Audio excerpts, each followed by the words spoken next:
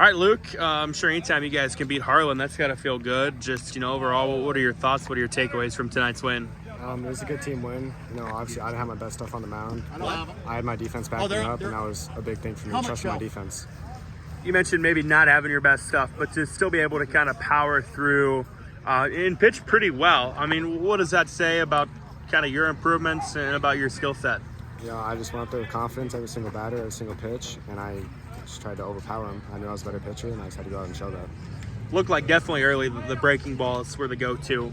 Coming in, was that kind of what you saw as your stuff tonight? Absolutely. My slider's always been my best pitch. It's always been the thing I've trusted the most. Late in the count, early in the count, it doesn't matter. It's always been my best pitch, and I just got to trust it. Aside from that, what was kind of dialed in for you tonight? Just the location of the fastball in the first couple innings. In the last one, it faded away from me a little bit, but in the first couple I came in and pounded the zone, and I was really proud of that. You've kind of been the guy early on this year. I mean, you look at the really good pitchers you guys have had over the last couple of years. What has it been like for you to step into that role early on this season? It feels good. Obviously, I've had some great mentors in JC and Aaron, and just stepping into the role that they had last year and then just showing me the way, it's helped a ton.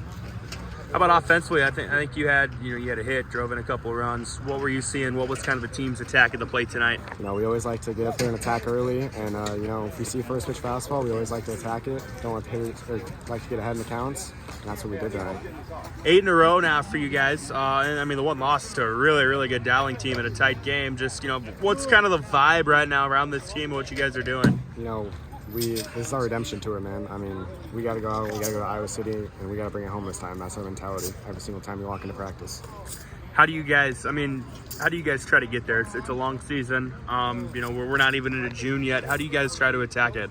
We just got to keep on, positive mindsets in practice. A lot of times they're long and, they're not fun sometimes, but we know that the end goal causes these big practices. All right, Coach. It went from like a 1-0 pitcher's duel to a 10-run win for you guys. Just tell me about the win and what stood out to you tonight. Yeah, after the game, talking to the opposing coach over there, Heath Stein, I told him, I said, shoot, when we started out, I thought this was going to be a 90-minute game. The way the pitchers were really getting after it. And then we showed some patience at the plate, got some key hits. And obviously the game got broken open there. What was it, fourth inning? We put up a 9 spot on them. I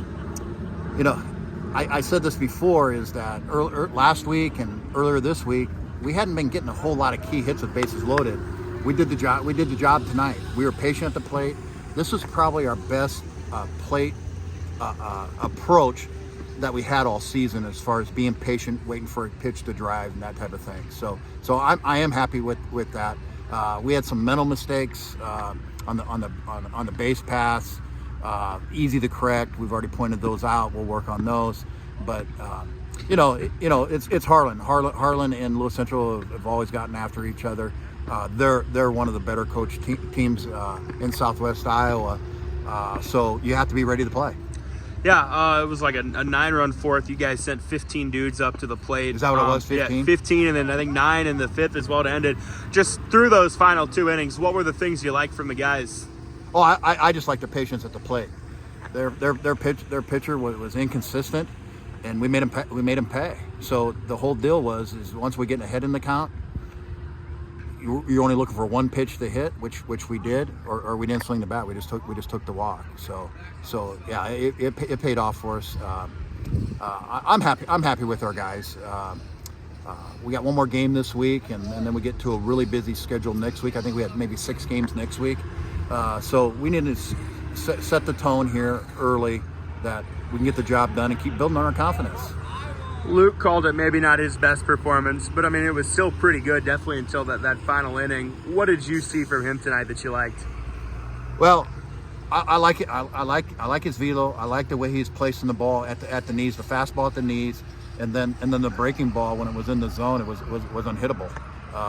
So the only thing really Luke needs to work on is when he messes, he needs to mess close. He just can't mess bouncing it up there or over the catcher's head. Once we get those done, he's gonna be as good as there is in the state. 8 in a row for you guys, and even you look back at that one loss, that's looking like a really good loss, if there is such a thing. What's kind of the feeling right now as we get into the dog days? Well, I'll correct you on that. There's really no good loss. I mean, we started the season with Dowling, number 1 in 4A or whatever. We had the bases loaded twice with 1 out against them, and we could not score a run.